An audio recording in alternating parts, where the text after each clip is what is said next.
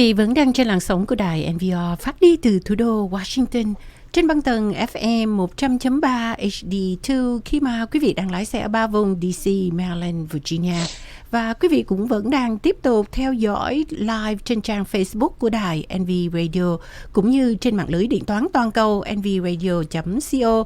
Và Lê Ngọc đã có anh Việt Linh trên làn sóng của đài NPR.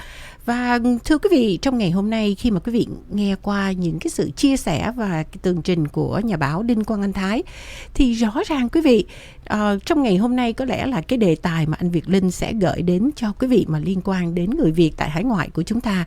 Thì Lê Ngọc xin chào anh Việt Linh. Việt Linh xin chào quý vị khán giả, xin chào cô Lê Ngọc. Dạ thưa vâng, và thưa quý vị, Lê Ngọc thấy là có một cái bài viết ở trên khoa học.net.com của ông Nguyễn Tiến Cường. Ông nói đến một cái căn bệnh của người Việt tại hải ngoại của chúng ta. Có lẽ cái căn bệnh này với cái sự so sánh của ông để mà anh Việt Linh có thể gửi đến cho quý vị.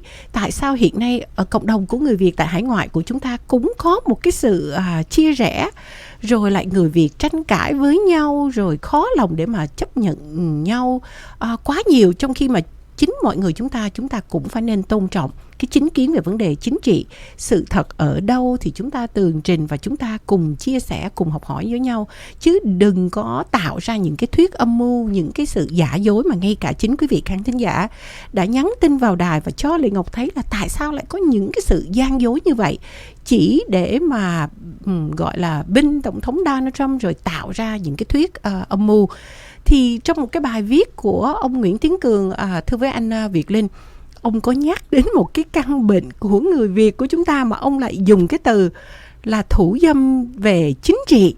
Thì họ trong cái bài viết này thì Lê Ngọc chỉ vắn tắt để mà anh Việt Linh sau đó có thể tường trình đến cho quý vị tại sao người Việt lại khó mà chấp nhận nhau ở cái thời điểm này trước những cái ngày mà bầu cử. Thì thường trong cái bài viết này ông nói rằng là không biết là cái thời gian từ ở đâu mà cái bệnh thủ dâm chính trị của người Việt lại xuất hiện, từ bao giờ, có thể cũng đã từ lâu, nhưng trước đó chỉ thấy dưới chế độ của Cộng sản. Người Cộng sản thì từ lãnh đạo cao cấp nhất như là Tổng bí thư của đảng, Chủ tịch nước đến cán bộ quận, huyện, phường, xá, rồi thứ dân, hầu như ít nhiều ai cũng mắc cái bệnh này, đôi khi bị cấp trên bắt buộc. Nhưng mà trong cái thời gian gần đây thì cái bệnh bùng phát một cách rất là mạnh mẽ, đó là bệnh thủ dâm chính trị. Thì từ trong nước ra hải ngoại, khắp nơi trên thế giới và không còn có giới hạn ở người Cộng sản nữa. Và bệnh này đã lây sang người Cộng Hòa hơn 3 năm nay, từ trí thấp, Lê Ngọc xin lỗi, từ trí thức có bằng cấp, hiểu biết, phóng viên báo chí, biên tập viên đài phát thanh, đến những cô thợ làm móng tay, nhân viên tính tiền trong siêu thị. Cái bệnh này nó phát triển quá mạnh và quá nhanh trên trang mạng xã hội cũng như là trên Facebook, Twitter, email, YouTube. Và ông Nguyễn Tiến Cường còn so sánh là nó còn nhanh hơn cả cái con SARS-CoV-2, tức là coronavirus của đại dịch COVID-19.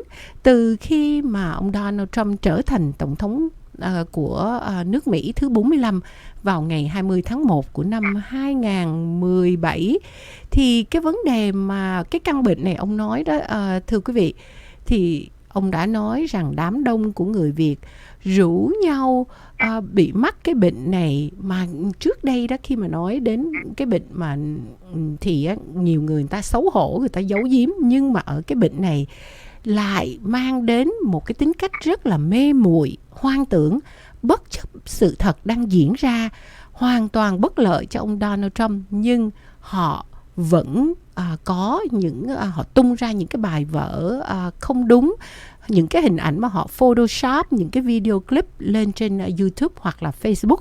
Thì trở lại với anh Việt Linh, anh có thể chia sẻ anh có những cái ghi nhận như thế nào về cái tính cách của người Việt hiện nay ở tại hải ngoại trong cái vấn đề chính trị của nước Mỹ, thưa anh? Cảm ơn cô Linh Ngọc. Kính thưa quý vị, từ ngày những việc làm bại hoại, dối trá, gian xảo của Donald Trump, vị tổng thống thứ 45 của Hoa Kỳ, bị phơi bày cho tất cả mọi người biết bởi các giới truyền hình, truyền thông trên nước Mỹ và hầu như trên toàn thế giới, tất cả mọi người với đủ mọi thành phần, các nhà lãnh đạo của nhiều quốc gia, các nhà bác học, các chuyên gia y tế, các nhà văn, nhà báo, diễn viên, ca sĩ, cầu thủ, các giới giàu nghèo, trí thức, bình dân. Ai ai cũng thấy, ai cũng hiểu rằng chỉ có những cộng rác bại não cùng Trump. Những người này lại họ không hiểu, không nghe, không thấy. Ngoài những đố kỵ, ganh ghét, tị hiềm nhau vì thua kém nhau trong những khía cạnh bình thường nhất của cuộc sống này, người Việt mình giờ đây là giận hờn nhau, nói xấu nhau, từ mặt nhau, chỉ vì một con người quá tệ hại. Đó chính là Donald Trump.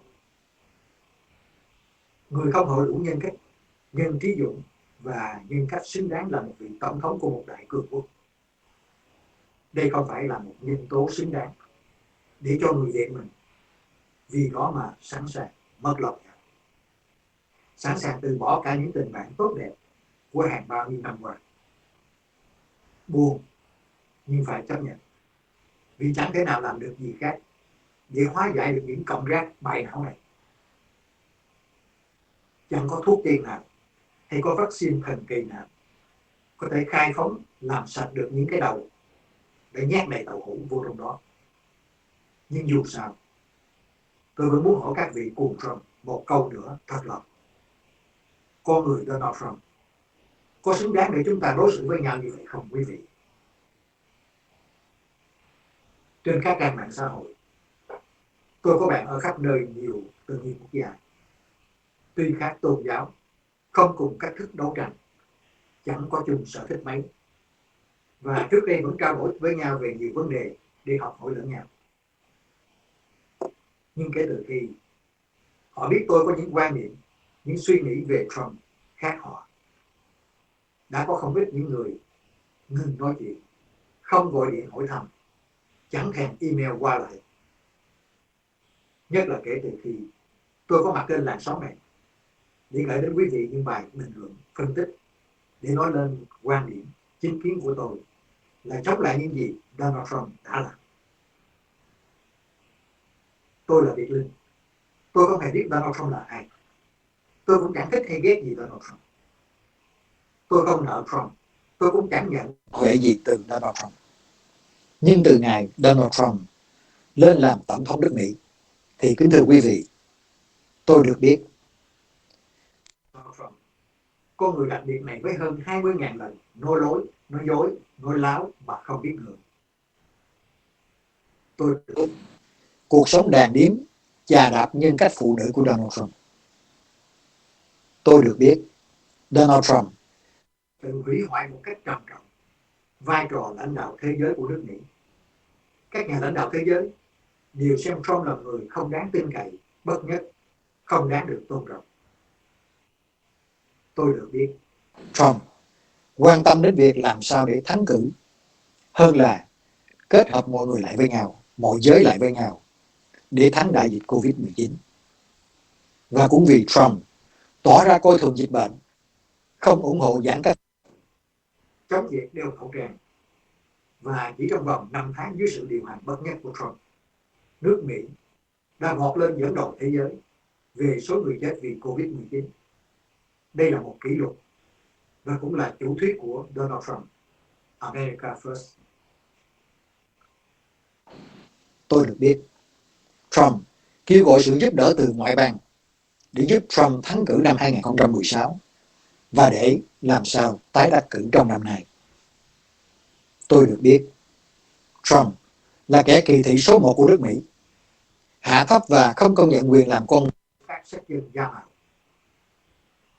Tôi được biết Trump đam mê quyền lực, tôn thờ chủ nghĩa độc tài như Hitler, thần tượng những kẻ độc tài như Kim Jong-un, Vladimir Putin và Tập Cận Bình.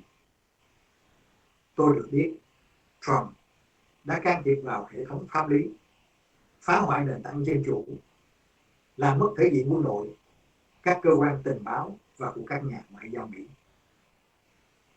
Tôi được biết Trump đã hủy hoại nền dân chủ pháp quyền, gây nguy hại cho sự độc lập của Bộ Tư pháp, sa thải các giới chức muốn điều tra chống ông Trump. Tôi được biết Trump chế giễu người tàn tật, luôn tạo ra những thuyết âm mưu vô căn cứ, gây xấu hổ, nhục nhã cho người Mỹ trước đấy. Tôi được biết Trump đã chia rẽ quốc gia này, đã khơi dậy chia rẽ sắc tộc, đẩy người Mỹ chống nhau để phá tan đất nước này. Tôi được biết Trump đã chỉ trích và phỉ báng những người di dân, hạ nhục những người cư, kích động những định kiến để thu hút ủng hộ từ những người tự cho là da trắng thượng đẳng. Và tôi được biết Donald Trump đã gây nguy hại cho nền an ninh của nước Mỹ, thường xuyên sa thải, thay thế những chức vụ thiết yếu về an ninh quốc gia vì từ chối bao che những sai lầm của Donald Trump. Tôi được biết những người như Trung tá Alexander Vindman bị trù dập khi can đảm vạch ra sự thật, như hạm trưởng Brett Crozier bị kết chức khi muốn bảo vệ thủy thủ loài, như bác sĩ Anthony Fauci bị tấn công hăm dọa khi chọn đứng về phía những nhà khoa học chân chính. họ là minh chứng cho một thời đại không có chỗ cho những người can đảm, những người hùng thật sự của nước Mỹ. Tôi được biết trong khoảng thời gian chưa đầy 4 năm mà nội các của Trump tính đến hôm nay đã có 9 người vô tù và 412 người phải ra đi vì bất đồng với Trump hay bị sa thải vì không làm theo ý Trump. Những gì tôi biết về Donald Trump vẫn chưa phải là đủ, vì không biết phải cần bao nhiêu giấy mực, bao nhiêu thời gian để liệt kê ra cho đủ hết. Còn những cộng rác cuồng Trump thì như thế nào? Tôi biết gì về họ? Tôi được biết nhiều người trong họ sẽ không thể sống nổi nếu không có Medicare, không có an sinh xã hội, Medicaid và SNAP. Nhưng họ lại cảm thấy không vui khi thấy người khác được Obamacare. Tôi được biết nhiều người trong họ thích đi làm được trả bằng tiền mặt vì họ không muốn mất tiền trợ cấp hay để dễ trốn thuế. Họ thường kêu gào lên rằng đừng để lũ di dân lậu vô xứ này. Nhiều người trong họ còn không hiểu được nghịch lý khi sử dụng cái từ ngữ di. Dù chính họ đã ở tù bên Việt Nam khi tìm đường vượt biên. Tôi được biết nhiều người trong họ lẽ ra đã bỏ mạng trên Biển Đông hay là phải sống lây lắt ở đâu đó trong các trại tị nạn ở các nước Đông Nam Á. Nếu nước Mỹ không nhận họ vào tị nạn hồi thập niên năm 1970, 1980, hay nếu nhiều người dân Mỹ, trong đó có những người Mỹ gốc Phi, không đấu tranh để họ có được tình trạng di trú hợp pháp qua các chương trình như HO và ODP. Vậy mà chính họ lại không chịu làm gì để giúp người khác được vào nước Mỹ như họ.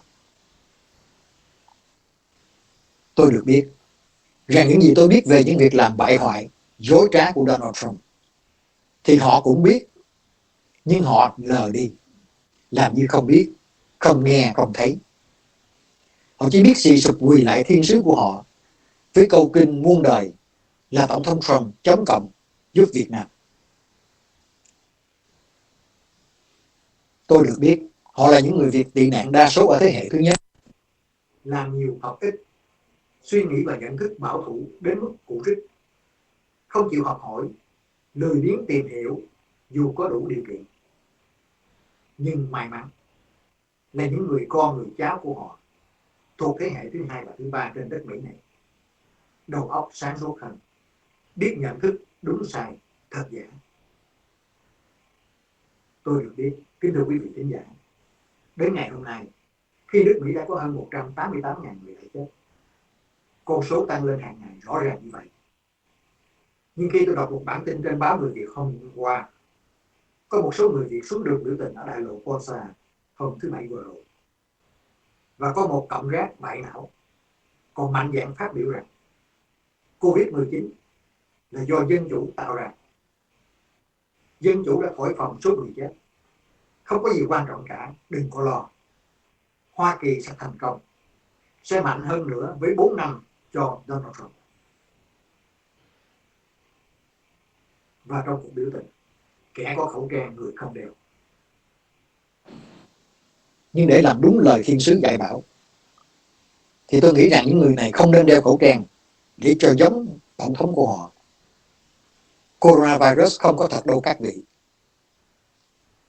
Và nếu có bị nhiễm coronavirus thì đừng có vào chiếm giường bệnh của người khác. Ở nhà uống thuốc Lizon, chích thuốc Lizon. Thật lộn giọng và chán ngấy với những phát biểu tắc trách vô trách nhiệm, sai sự thật.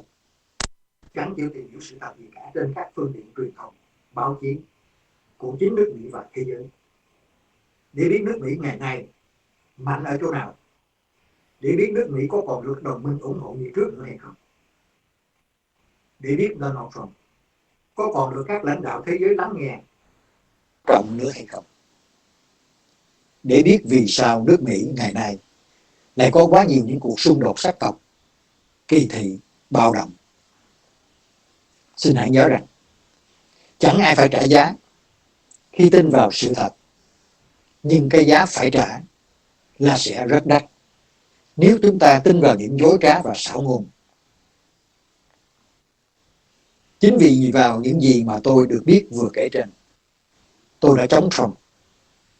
Tôi chống những hành vi sai lầm, bán nước, gian dối, bạo quyền của Donald Trump. Tôi cũng chỉ là một con người bình thường, nhưng qua truyền hình, truyền thông báo chí, radio, YouTube, từ nước Mỹ và khắp thế giới, mà tôi đã biết về Donald Trump là con người như vậy. Ai cũng thấy một nước Mỹ ngày này có một bộ mặt thảm não như thế nào, thất bại như thế nào, chết chóc như thế nào dưới thời Donald Trump. Rất nhiều người nhận thấy, trong đó có tôi, nhưng tôi vẫn thật sự không hiểu tại sao những người tôi quen, những bạn bè của tôi ở khắp nơi trên thế giới có đủ điều kiện đến với truyền thông báo chí tại những đất nước văn minh, tự do, nhưng mà tại sao họ vẫn không biết, không thấy như những gì mà tôi đã được biết, được thấy. Những cộng rác bại não cuồng Trump còn lập ra một danh sách những người không thích Trump để tấn công. Có cái gì đó na ná, giống như người đấu tranh cho dân chủ bị dư luận viên của Đảng Cộng sản trong nước lập danh sách để đánh phá, răn đe, bôi nhọ. Đối với những người không thích Trump, vì chẳng ai thích một kẻ bại hoại dối trá cả, nên nói thẳng ra không phải là không thích Trump, mà là những người chống Trump. Dùng chữ này thì đúng hơn. Tôi nghĩ vậy. Họ thường bị những cộng rác bại não cáo buộc là đã nằm vùng phá hoại nước Mỹ, bọn thổ tả, tình báo Hoa Nam, nhận tiền từ Cộng sản Trung Cộng để viết bài, để đọc tin. Tại sao những cộng rác bại não này họ không nhận thấy rằng chính ngay trong Đảng Cộng Hòa, ngay chính trên nước Mỹ đã hình thành nhóm Lincoln Project để ngăn ngừa Donald Trump thắng cử thêm một nhiệm kỳ nữa. Và có rất nhiều cựu giới chức cao cấp, những cựu đảng viên của Đảng Cộng Hòa giờ đây lại lên tiếng ủng hộ ứng cử viên đảng đối lập là ông Joe Biden. Lê Ngọc xin lỗi anh Việt Linh, anh có thể check lại cái sợi dây anh bỏ vào trong cái iPhone của anh không? Là tại vì ở bên này đó có lúc thì nó nhỏ và có lúc tự nhiên nó lại bật lớn lên. Thành thử có rất nhiều cái việc khán thính giả nhắn tin vào cho Lê Ngọc và chính Lê Ngọc cũng nghe như vậy. Thành thử anh check lại cái âm thanh của anh đi. đó, bây giờ mới nghe nè. Bây giờ có nghe tôi rõ chưa vậy? Dạ nghe rất là rõ, nhưng mà anh có thể nhấn cái sợi dây của cái đầu đó, anh vô cái iPhone. Tại vì nó không có rõ đó, thành thử là có lúc anh nói rất là rõ, rồi có lúc anh bị mất cái tiếng nói nó rất là nhỏ. Rồi bây giờ thì tôi nghĩ là bây giờ chắc ok rồi đó. Dạ thưa vâng, Lê Ngọc xin lỗi anh và mời anh nói tiếp ạ. Mời anh nói tiếp. Vâng. Những cựu đảng viên của Đảng Cộng Hòa giờ đây lại lên tiếng ủng hộ ứng cử viên đảng đối lập là ông Joe Biden. Đây là chuyện chưa hề xảy ra trong lịch sử chính trị của Hoa Kỳ. Các vị cuồng Trump chắc vẫn còn nhớ rằng bà Kellyanne Conway là một trong những cố vấn cấp cao nhất, trung thành nhất của Donald Trump, và được nhiều người đánh giá là Bộ trưởng Bộ Tuyên truyền dối trá cho Donald Trump. Nhưng chồng của bà, ông George Conway, là một luật gia cánh hữu tiến thành. đồng thời là gương mặt trí thức quen thuộc, lại liên tiếp tố cáo và chỉ trích các hành vi sai trái của Donald Trump. Và trong một bài bình luận khá nổi tiếng, ông đã phân tích sự bất tài của Donald Trump. Ông đã viết rằng sẽ phải mất nguyên một cuốn sách để liệt kê tất cả các hành vi bất thường của Trump và giải thích chúng. Nhưng khi bạn so sánh những tiêu chuẩn mà các nhà lập quốc mong đợi ở một tổng thống với tất cả những gì chúng ta biết về Donald Trump, ông ta rõ ràng là không phù hợp với chức vụ tổng thống. Câu hỏi đặt ra là liệu Trump có thể hoạt động như một người xứng đáng được tín nhiệm vào vị trí cao nhất của quốc gia hay không? Và câu trả lời là với các hành vi cực đoan, cổ võ bạo lực của một người bệnh hoạn dối trá như Donald Trump, rõ ràng là Donald Trump không hề xứng đáng cho vị trí này. Quý vị cuồng Trump, ủng hộ thì cứ ủng hộ, cuồng thì cứ cuồng, nhưng xin đừng chối bỏ trước sự thật, đi bên vực bằng mọi cách. Để ủng hộ Donald Trump, những cộng rác bại não đang cố gắng tự đầu độc bản thân mình, người thân trong gia đình mình, bạn bè và cộng đồng bằng tin giả, tin đồn. Họ ủng hộ Donald Trump chỉ đơn giản là vì họ giống Trump, tức là họ cũng kỳ thị chủng tộc, kỳ thị giới tính, kỳ thị đồng tính. Họ tham lam, vô ân, giả dối và phạm luật. Những người nào đã từng bỏ phiếu để bầu cho Donald Trump năm 2016, chắc chắn trong số đó có rất nhiều cộng rác bại não trong cộng đồng Việt tại Mỹ thường cầm cờ đi ủng hộ ngài Trump Day và không hề đeo khẩu trang. Những người này chính là những người phải chịu trách nhiệm đã bầu ra một kẻ phá hoại, kỳ thị, độc tài, bạo quyền, kẻ đã phá tan cái nước Mỹ đã từng là một đất nước vĩ đại này. Nói đến những cộng rác bại não này, xin lỗi quý vị thính giả, tôi bắt buộc phải dùng đến hai từ: phẫn nộ, mới diễn tả được hết cảm xúc của tôi. Kính thưa quý vị, hiện tượng cắt đứt liên lạc tình cảm với nhau trong sinh hoạt cộng đồng vì bên hoặc chống Trump là sự kiện phổ biến xảy ra ở khắp mọi nơi. Sở dĩ có trường hợp này là vì những cộng rác bại não cuồng Trump đã thể hiện bản tính không dân chủ, không tôn trọng ý kiến người khác và có tham vọng muốn áp đặt người khác phải làm theo ý muốn của mình. Làm theo ý thích của mình là cuồng Trump. Nhưng các vị cuồng Trump ơi, các vị không thể nào làm như thế được. Không nên áp đặt quan điểm chính kiến của mình lên người khác, lên vợ hoặc chồng của các vị, lên các con, các cháu, các người thân của các vị được. Bởi vì họ có quyền tự do chọn lựa, yêu thích, ghét cái gì. Người nào mà họ cảm thấy xứng đáng theo nhận định của họ. Tôi nghĩ rằng tất cả người Mỹ gốc Việt đang sống trên đất Mỹ ngày nay, dù sang Mỹ tái định cư dưới bất cứ diện nào, tị nạn hay đoàn tụ gia đình hoặc kinh tế, đều nên tìm hiểu để học hỏi tinh thần dân chủ, tự do của nước Mỹ. Đó là quyền tự do phát biểu cảm tưởng, suy nghĩ về những sự kiện mà luật pháp không cấm đoán. Để thể hiện quyền tự do phát biểu cảm tưởng, suy nghĩ của mình, mỗi người cũng phải biết tôn trọng quyền tự do phát biểu cảm tưởng, suy nghĩ của người khác. Quyền tự do bày tỏ ý kiến là một quyền được bảo đảm ở bất cứ một quốc gia dân công dân được pháp luật bảo vệ, để họ tự do bày tỏ ý kiến của mình một cách dân chủ, riêng rẽ một mình hoặc cùng nhau có chung một ý kiến. Chúng tôi, những người yêu đất nước này, những người tin vào sự thật và lẽ phải, chúng tôi tin là ông Joe Biden có đủ tư cách, kinh nghiệm và tính khí phù hợp để lãnh đạo quốc gia này. Và chúng tôi cũng tin rằng ông Joe Biden sẽ phục hồi phẩm giá của chức vụ tổng thống, kết hợp người Mỹ lại với nhau, tái khẳng định vai trò lãnh đạo toàn cầu của nước Mỹ và truyền cảm hứng cho quốc gia của chúng ta đạt được những lý tưởng cao đẹp của mình. Tôn chính án thứ nhất, bảo đảm quyền tự do ngôn luận và tự do lập hội, có nghĩa là chính phủ không có quyền cấm chúng ta nói những gì chúng ta thích và viết những gì chúng ta thích. Ngay cả trong một gia đình, cha mẹ có nhiều người con, mỗi người con có một tánh một nết khác nhau. Cha mẹ hoặc người anh chị lớn nhất trong gia đình cũng không thể và không có quyền bắt những người thân trong gia đình các vị phải thích và ghét gì mà các vị áp đặt. Huống gì các vị chỉ là bạn bè hoặc người dân nước lã, không có mối quan hệ gia đình thân tộc nào với nhau. Tại sao lại có tham vọng ảo tưởng bắt người khác phải yêu và thích theo ý muốn của mình?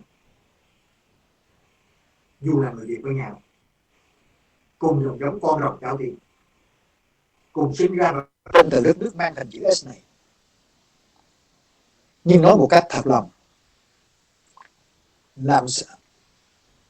làm sao chúng tôi, những người chống Trump, lại có thể chấp nhận được những người đồng hương cuồng tin, bất chấp sự thật lẽ phải, để ủng hộ một kẻ độc tài, bại hoại? Không thể chấp nhận được. Bản thân tôi, một người chống những bại hoại dối trá, gian xảo bạo quyền của Donald Trump, tôi cũng không muốn áp đặt quan điểm chống Trump của tôi lên những bạn bè, những người thân của tôi. Bởi vì tôi nghĩ rằng mỗi người đều có quan điểm và chính kiến riêng. Hãy làm theo những gì nhận thức, lẽ phải, sự thật và lương tâm mách bảo cho chính họ. Và nếu tôi nói rằng tôi không buồn vì đã mất đi những người bạn bấy lâu nay, bởi vì Donald Trump, thì đó là những lời không thật lòng. Mà lời thật lòng đúng ra là rất buồn. Nhưng nếu mất bạn vì tôi đã đứng lên bảo vệ lẽ phải sự thật, chống lại cái dối trá, bạo quyền, thì tôi sẽ chấp nhận sự mất mát này.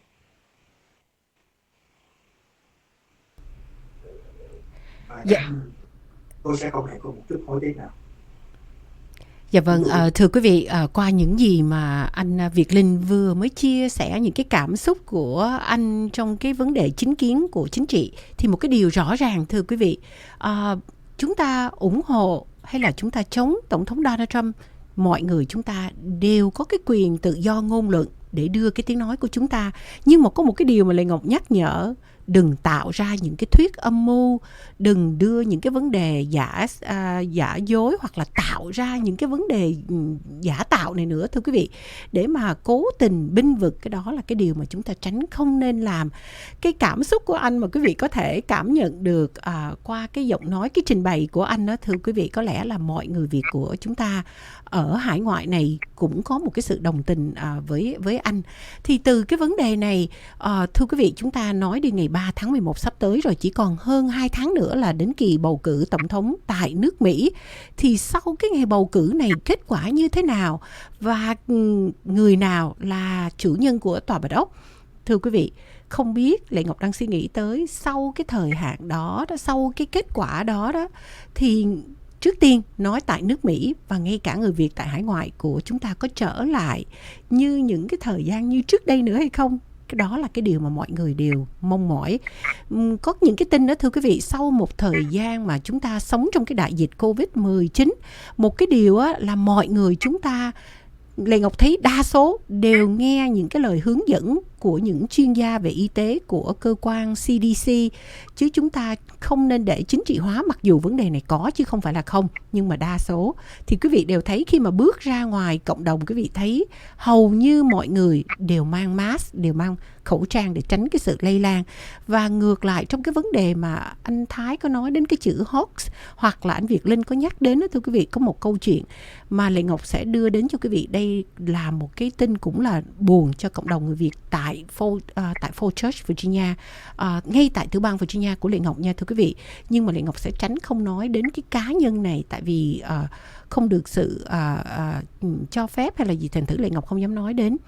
Có một người mà có lẽ quý vị sẽ biết đến trong những cái ngày sau sắp tới, đã bị dính vào Covid-19, mà một người này cũng là một người trong giới truyền thông nha thưa quý vị, và đã bị ảnh hưởng đã bị gọi là ảnh hưởng dương tính với lại Covid-19, không thở được và còn ảnh hưởng đến cái vấn đề brain damage, não, và hiện tại đang nằm trong ICU của Fairfax Hospital. Thành thử đây không phải là hoax đâu nha thưa quý vị, đó là một cái sự thật mà có lẽ là tất cả mọi người chúng ta đều biết tới trong cái thời gian từ hồi mà chúng ta bị đại dịch Covid-19 đã hơn 6 tháng rồi.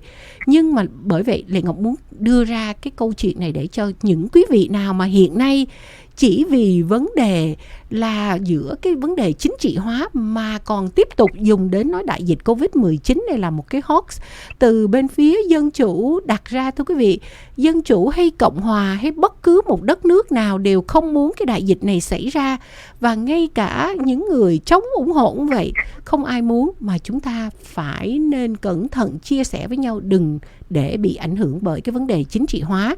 Thành thử trở lại trong cái vấn đề mà ngay cả trong cái chuyến đi vận động tranh cử chính thức đầu tiên ngày hôm qua của ứng cử viên tổng thống bên đảng Dân Chủ đó, ông Joe Biden, thì quý vị biết là trước đây có những cái lời mà họ thưa với anh Việt Linh, họ có vẻ phê bình là ông Joe Biden vì tránh cái dịch Covid-19 mà ông ít có những cái cuộc vận động tranh cử mà trực tiếp.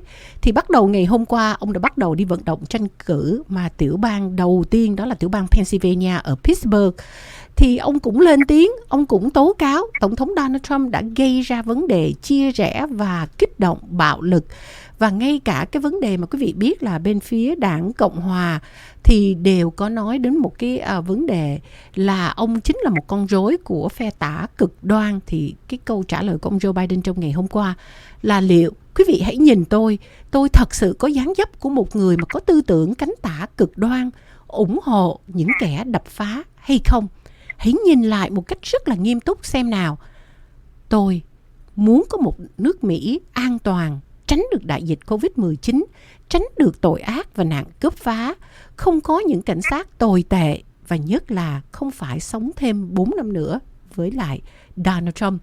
Thì khi mà nghe cái lời phát biểu này của ông Joe Biden, chắc chắn quý vị cũng biết là Tổng thống Trump cũng đã có một cái sự phản bác ngay lập tức ở trên trang mạng Twitter. Và sau đó chính Tổng thống Donald Trump, vì ông có một cái lợi thế, ông là một tổng thống đương nhiệm, thì ông có một cái cuộc họp báo, thì ông cũng chỉ trích ông Joe Biden. Cái sự chỉ trích lẫn nhau, quý vị thấy cái điều đó không tránh khỏi giữa các đối thủ với nhau. Nhưng nói đến cộng đồng của người Việt tại hải ngoại của chúng ta thì thưa anh Việt Linh, người Việt tại hải ngoại của chúng ta cái nhìn của chúng ta về những cái vấn đề mà kỳ thị chống bạo lực cảnh sát và cái vấn đề kỳ thị chủng tộc ở Mỹ như thế nào, anh ghi nhận ra sao? Lê Ngọc xin mời anh Việt Linh. Xin cảm ơn cô Lê Ngọc. Lỗi quý vị khán giả, vì tôi đã không cũng khó đè nén được cái cảm xúc của mình. Nhưng mà để dứt điểm cái phần mà vì sao người Việt chúng ta lại khó mà chấp nhận nhau vì Donald Trump, thì tôi chỉ muốn nói một lời cuối cùng trong cái phần 1 là kính thưa quý vị, tôi nói là những lời này bởi vì tôi nghĩ rằng không có những người bạn có cùng chí hướng, cùng đứng về lẽ phải và sự thật với mình, thì trong tương lai sớm hay muộn tôi sẽ có thể tìm thấy những người bạn mới, chắc chắn như vậy. Còn nếu để mất đi những cái nước Mỹ vĩ đại, tươi đẹp, đầy tính dân bản này vì sự hủy hoại của Donald Trump, thì chắc chắn rồi tôi sẽ không còn cơ hội nào để cùng với mọi người xây dựng lại những nền móng đạo đức của nền dân chủ tốt đẹp của đất nước Hoa Kỳ, quê hương thứ hai của chúng ta. Và bước sang một cái khía cạnh khác là vấn đề kỳ thị, mà người Việt mình có cái bản tính, cái máu kỳ thị nó đã ăn sâu vào trong máu của mình. Thưa quý vị khán giả, cái bản chất này nó đã ăn sâu vào tận gốc rễ da thịt, nên có thể gọi đây là một căn bệnh trầm kha, nan y, không có thuốc chữa. Mà không chỉ là việc kỳ thị về màu da đâu, mà hầu như cái gì cũng kỳ thị cả. Thấy nhà người ta giàu có hơn, sang hơn mình cũng kỳ thị. Thấy người ta làm chức này chức nọ cũng kỳ thị. Thấy con gái dẫn về một anh chàng Mỹ đen là người bạn thôi cũng kỳ thị. Hay thấy một đứa con trai dẫn một cô gái, bạn gái người Mễ về nhà cũng kỳ thị người ta. Nói chung là người Việt Nam mình kỳ thị đủ mọi thứ, đủ loại. nhưng lại chẳng bao giờ nhìn lại chính mình. Mình là người Việt, tóc đen, mắt đen. Trong tầm nhìn và quan điểm của những người Mỹ da trắng, những người tự cho mình là da trắng thượng đẳng, thì đối với họ, sắc dân da đen hay da vàng chẳng có gì khác nhau cả. Tôi đã nói nhiều lần về quan điểm riêng của tôi. Người Việt mình ơi, xin hãy nhìn lại mình một chút trước khi bài xích kỳ thị người khác. Những người Việt có cái dòng máu kỳ thị nằm sâu trong cơ thể thường than phiền rằng họ cảm thấy không thích khi bị người da trắng kỳ thị, rằng xã hội đối xử không công bằng với người châu Á. Nhưng rồi chính những người Việt này lại quay ra miệt thị người da đen và người gốc châu Mỹ Latin. Không ai có thể lý giải rõ cái quan niệm sống của những người thuộc loại quái đản này. Người có kiến thức, có hiểu biết và nhận thức đúng đắn sẽ không kỳ thị chủng tộc vì màu da. Nếu kỳ thị chủng tộc vì lý do lịch sử, như dân Việt ghét dân Tàu, dân Tây Tạng ghét Tàu, thì những điều này có thể hiểu được. Tự trung là kỳ thị, theo tôi nghĩ, là vì mặc cảm, tự ti và ngu dốt mà ra. Trong bất cứ xã hội hoặc nhóm nào, thành phần thấp kém, ngu và dốt chính là những cái loại ồn ào, mê tín, dị đoan và bị bọn lãnh tụ tinh thần trong lĩnh vực chính trị, điển hình là Donald Trump, với những thuyết âm mưu vô căn cứ, sai sự thật, xỏ mũi dẫn đi như những con cừu ngu ngơ. Sinh ra đã ngu mà còn lại dốt thì dễ có cái cảm nghĩ và cư xử không khác thú vật bao nhiêu. Sống trên đất Mỹ này, tôi cũng như tất cả những người Mỹ gốc Việt khác, tất cả chúng ta vẫn luôn luôn là thành phần hạ đẳng trong mắt những người Mỹ da trắng bảo thủ, tôn thờ chủ nghĩa da trắng thượng đẳng, không bao giờ có thể đổi khác được. Dù trong cộng đồng Việt tại Mỹ vẫn có người làm đến chức nghị sĩ, giáo sư, tướng lãnh. Dù chúng ta hay con cái chúng ta có học giỏi đến đâu, có nói tiếng Mỹ lưu loát, không sai văn phạm, nhưng muôn đời chúng ta không thể nào cột rửa được cái màu tóc, màu da để có thể sánh vai ngang hàng với những người Mỹ da trắng được. Cũng có nghĩa là chúng ta có hơn gì những người Mỹ gốc Phi đâu quý vị. Chính vì thế thì thay vì bài xích kỳ thị họ, chúng ta lại nên đồng hành cùng với họ trong những lĩnh vực khác nhau của cuộc sống, để tiếng nói của những sắc dân thiểu số da đen, da vàng, da đỏ được để ý đến, được lắng nghe và tôn trọng hơn. Ông bà ta xưa có câu rằng hợp quần gây sức mạnh, và hãy xiên noi gương, nhìn lại mình một chút trước khi có suy nghĩ hay hành động kỳ thị người khác. Hôm nay trong tuần này, tôi xin mời quý vị khán giả cùng tôi chia sẻ những nhận định của tác giả Doãn Kiếm qua bài viết có tên Lại Mọi Sợ. Người Việt chỉ định cư ở Mỹ chủ yếu từ năm 1975 đến nay, khi mà nước Mỹ đã định hình là một quốc gia phát triển và có luật pháp rõ ràng. Chúng ta là những người đến sau, bỗng nhiên được thừa hưởng tất cả những gì mà những người Mỹ gốc Phi thuộc các thế hệ trước đã đấu tranh, xây dựng và phát triển.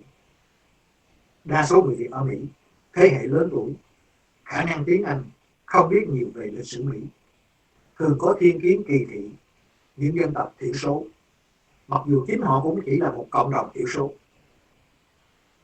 Lớp trẻ sinh ra và lớn lên ở Mỹ thường có cái nhìn khác hơn, vì chúng nó được học hỏi từ sách vở, lịch sử và nhân văn, nên chúng nó không có suy nghĩ như cha ông của chúng nó. Trước khi nói chuyện về người da đen, mà đa số người Việt Nam mình, những ông bà lớn tuổi hay gọi là nội, thì chúng ta hãy lướt qua lịch sử của nước Mỹ một chút.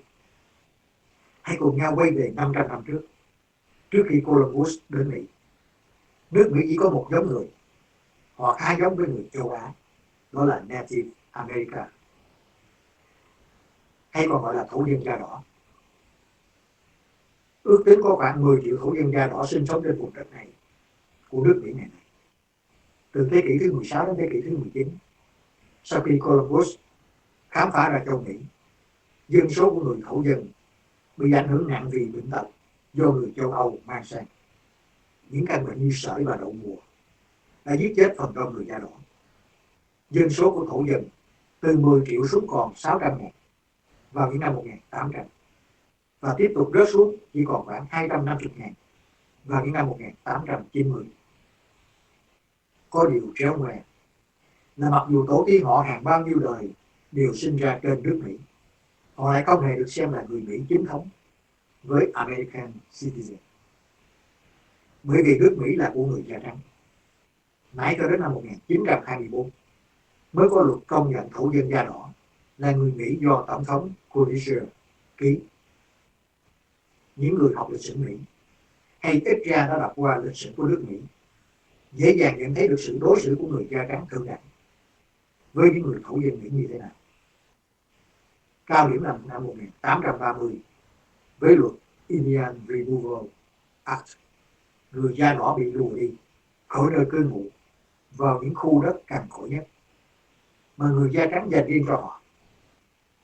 Đó là những con đường nước mắt, Trail of Tears, đưa hàng chục ngàn người da đỏ rời khỏi nơi sinh sống, đi về những miền đất chết. Hàng ngàn người da đỏ đã chết trên đường trước khi tới được những khu định cư khô cằn sỏi đá. Có lẽ chúng ta, những người Việt sống trên đất Mỹ, sẽ không bao giờ biết được cái khổ đau tột cùng mà người da đỏ đã phải gánh chịu để có được một nước Mỹ như ngày hôm nay. Ở trong những khu vực tái định cư khô cằn này, người da đỏ chỉ sống bằng săn bắn, hái lượm và trồng trọt thô sơ, trong khi những người Mỹ da trắng có thể phát triển những đồn điền màu mỡ, trù phú, xây dựng đường sắt, nhà máy, thành phố. Và đến năm 1924, người da đỏ mới được công nhận là người Mỹ, và mãi cho đến thời Tổng thống Johnson năm 1968 mới có chính sách giúp đỡ họ. Phải mất mấy trăm năm, với biết bao máu và nước mắt, người da đỏ mới có được vị trí và tiếng nói trong cộng đồng nước Mỹ hôm nay.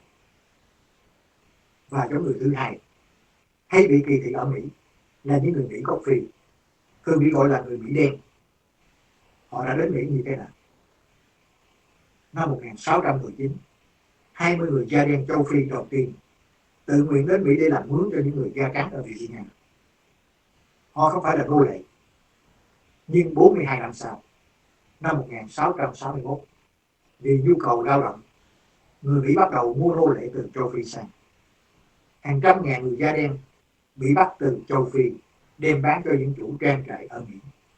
Họ bị coi là những món hàng, những con thú, bị tách ra khỏi gia đình, bị đánh đập, bạc đãi, tra tấn, hoàn toàn như những con vật. Không có ngôn ngữ nào có thể kể hết hay diễn đạt được những mất mát đau thương mà những người da đen nô lệ đã trải qua. Quý vị và tôi đã từng bị bạc đãi bởi Việt Cộng. Chúng ta hay kể lể về kinh tế mới, về tù cải tạo, về đánh tư sản. Nhưng những thứ mà chúng ta đã trải qua dưới chế độ Cộng sản Việt Nam đó, xin lỗi quý vị, chẳng nghĩa lý gì so với những gì mà người nô lệ da đen đã trải qua này. Khi tầng lớp tinh hoa quý tộc da trắng Mỹ đánh bại thực dân Anh, lập ra nước Mỹ và viết ra tuyên ngôn độc lập năm 1776 cùng với hiến pháp Mỹ sau đó, họ đã viết những dòng chữ đầy nhân văn, tiến bộ và hoàn toàn đúng đắn. Mọi người sinh ra đều bình đẳng, tạo hóa ban cho họ một số quyền tất yếu bất khả xâm phạm, trong đó có quyền sống, quyền tự do và quyền mưu cầu hạnh phúc. Nhưng trong suy nghĩ của họ, điều đó chỉ áp dụng cho người da trắng. Còn người da đen và các sắc tộc khác đều không phải là người, trong đó có cả sắc tộc da vàng. Các cộng rác bại não cuồng tròn, đừng quên điều này. Những sắc tộc da màu không hề được bình đẳng và không có các quyền tự do được ghi trên hiến pháp. May mắn là một số lớn người da trắng ở miền Bắc đã dần dần nhận ra được điều đó. Họ đánh giá cao giá trị con người ở người da đen, và họ ủng hộ người da đen được quyền tự do, ủng hộ xóa bỏ nô lệ. Và chế độ nô lệ được chính thức xóa sổ năm 1866 sau cuộc nội chiến Nam Bắc. Tuy nhiên, sau nội chiến, mặc dù không còn là nô lệ, nhưng người da đen vẫn chưa phải là con người. Họ vẫn nghèo tay trắng, đi làm công cho các chủ đồn điền và bị bóc lột. Họ không có quyền bầu cử. Họ không được dùng chung trường học, cầu tiêu công cộng hay đi cùng xe buýt với những người da trắng. Nói chung, họ vẫn bị đối xử như những công nhân lợi hại. Phần đông sống trong những đói nghèo và bị kỳ thị. Những nhóm thượng đẳng da trắng như KKK coi họ như những con vật và thực hiện những vụ giết chóc đẫm máu. Người da đen đã phải đứng lên đấu tranh để chống lại sự kỳ thị này. Không lâu trước khi người Việt Nam đặt chân lên nước Mỹ, thì người da đen vẫn chưa có quyền bầu cử. Mãi đến năm 1965, luật Voting Act mới cho người da đen có quyền bầu cử. Và chỉ 7 năm trước khi người Việt đến Mỹ, người da đen vẫn còn phải biểu tình đòi quyền bình đẳng và những lãnh tụ của họ vẫn tiếp tục bị giết. Năm 1965, một nhà lãnh đạo của dân da đen Malcolm X bị bắn chết. Năm 1968, Martin Luther King, nhà lãnh đạo của phong trào đấu tranh đòi quyền bình đẳng cho người da đen, nhà hùng biện số 1 của nước Mỹ, đã bị đám thượng đẳng da trắng bắn chết. Cho đến ngày nay, người da đen vẫn còn đang tiếp tục đấu tranh chống tệ nạn kỳ thị chủng tộc. Còn người Việt thì lại tiếp tục kỳ thị người da đen. Và những câu hỏi, ai sẽ kỳ thị người da vàng chúng ta? Bao giờ người da vàng có thể đứng ngang hàng với những người da trắng thượng đẳng? Những người Việt còn mang đầu óc kỳ thị nhỏ nhen những cọng rác bại não này, hãy tự tìm lấy câu trả lời cho chính mình. Tôi đã từng làm việc với nhiều người, nhiều màu da khác nhau, và cả da đen và da đỏ. Không có sự khác biệt giữa năng lực của con người khác màu da. Sở dĩ cộng đồng da đen vẫn thua sút hơn những cộng đồng khác, bởi vì sự khởi đầu của họ trên nước Mỹ không giống ai, ngay cả so với những người Việt đến sau. Họ đến nước Mỹ trên những thuyền buôn nô lệ như những con vật. Họ bị mua bán như những món hàng. Những thế hệ sau, mặc dù được gọi là tự do, nhưng vẫn sống trong đói nghèo, không được đi học, không có việc làm. Họ lẫn quẩn trong những khu ổ chuột đầy băng đảng và tội phạm. Một số ít trong cộng đồng da đen đã dần dần bước ra khỏi cái vòng lẫn quẩn đói nghèo tội phạm đó. Nhưng số đông vẫn còn tiếp tục trong cái vòng tròn nghèo khổ đó. Không đi học, không công việc, không thu nhập. Con cái lại tiếp tục bỏ học, rồi lại không thu nhập, lại tham gia tội phạm. Trước khi mở miệng chửi những người da đen là mọi, thì các vị cùng trong. Hãy nhìn lại một cách công bằng nguyên nhân vì sao như vậy.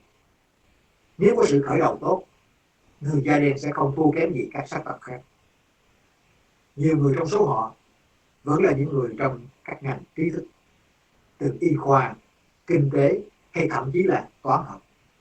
Chưa kể người da đen rất có năng khiếu trong âm nhạc và thể thao. Da đen, da đỏ hay người Mỹ Latin cũng đều là con người. Họ không thua kém gì dân Việt Nam ta. Đừng kỳ thị họ như những người da trắng đã làm vì chính chúng ta. Những người da vàng mũi tẹt cũng là một cộng đồng thiểu số giống như họ thôi. Chúng ta đang hưởng lợi từ những phong trào đấu tranh đòi quyền lợi của người da đen đấy mà. Mà thậm chí so với những sắc dân châu Á khác ở Mỹ, thì dân Việt Nam vẫn còn đang trong nhóm lẹt đẹt đi sau. Nếu cứ căn cứ vào thu nhập hay trình độ đi kỳ thị thì người dân gốc Việt cũng đáng bị kỳ thị vậy. Số người da trắng tự cho là họ là thượng đẳng, không phải là đa số, nhưng cũng khá đông. Với đám người này thì da đen, da đỏ hay da vàng, da nâu, tất cả đều là công dân hạng hai. Nếu như nước Mỹ này vẫn như thời những năm 1968 về trước, khi xe bus chỉ dành riêng ghế cho người da trắng, thì cả tôi và quý vị, những người da vàng, tóc đen, mắt đen này, và cả những người da đen, chúng ta chỉ được đứng ở phía sau mà thôi. Nếu không có những luật chế tài để bắt buộc những công ty phải thuê người thiểu số, thì chúng ta Những người da vàng định cư trên đất Mỹ này sẽ làm gì? Là nông dân, là quét đường hay đi chăn bò? Người da đen không có ngu đâu quý vị. Họ cũng không muốn sống trong đói nghèo đâu. Họ bị như vậy là do một quá trình lâu dài họ bị phân biệt đối xử. Hãy thông cảm và thương yêu họ hơn, đừng mạt sát họ. Chuyện những người cảnh sát có ác cảm với người da đen là chuyện có thật. Tất nhiên, không phải tất cả những nhân viên công lực nào cũng có đầu óc phân biệt chủng tộc, nhưng có khá nhiều những cá thể đó, trong số họ vẫn mang nặng tính phân biệt chủng tộc. Hãy nhắm mắt lại và tưởng tượng rằng làn da của quý vị là da đen như những người Mỹ gốc Phi, thì các vị và con cháu, người thân của các vị sẽ sống như thế nào và sẽ được đối xử ra sao trên đất nước này. Lúc đó, các vị sẽ thấm nhuần và hiểu rõ được thế nào là bị kỳ thị, để sống có được sự hiểu biết, thông cảm, tôn trọng người khác màu da, cũng như tôn trọng chính mình. Hỡi các vị cùng sống. Xin những người Mỹ gốc Phi và chúng ta, những người Mỹ gốc Việt, bây giờ và mãi mãi vẫn luôn là những công dân hạng hai trên đất nước này, nếu chúng ta còn phải tiếp tục sống dưới chế độ bạo quyền, kỳ thị sắc tộc, ủng hộ bạo lực của Donald Trump. Việt Linh xin cảm ơn quý vị khán giả đã lắng nghe. Xin cảm ơn cô Liên Ngọc và xin kính chào. Dạ vâng, anh Việt Linh vừa mới gửi đến cho quý vị cái cảm xúc, cái nhìn của anh về vấn đề kỳ thị chủng tộc ở Mỹ như thế nào. Thì tất cả mọi người chúng ta, thưa quý vị, đều có một cái quan niệm chính trị. Nó có những cái sự khác biệt, nhưng mà một cái điều, thưa quý vị, những sự suy nghĩ của tất cả mọi người chúng ta, Lê Ngọc nghĩ cái vấn đề tinh thần xây dựng nước Mỹ là một cái sự việc rất là quan trọng và giữ gìn cái giá trị dân chủ của nước Mỹ. Vâng, cảm ơn quý vị đã theo dõi những cái bản tin của đài NVR trong ngày hôm nay. Hẹn gặp lại quý vị vào lần tới cũng trên làn sóng của đài phát thanh NVR phát đi từ thủ đô Washington. Lê Ngọc xin kính chào.